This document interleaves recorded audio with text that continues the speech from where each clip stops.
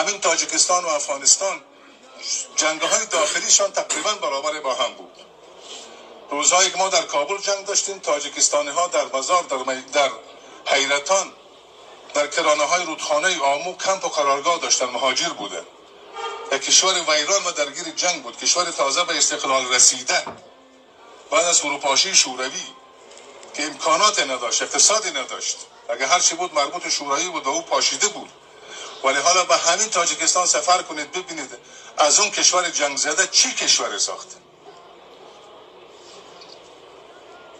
مقایسه نمیشه. 100 سال از اینجا جلوتر است، 100 سال از افغانستان پیشتر است، به لحاظ شهر، به لحاظ پاکی، به لحاظ خدمات، به لحاظ قانونمند بودن، به لحاظ دولتداری. حالا جای دور من مثال نمیدم، همین تاجیکستان دوشنبه را بریم ببینید و اینجا را ببینید.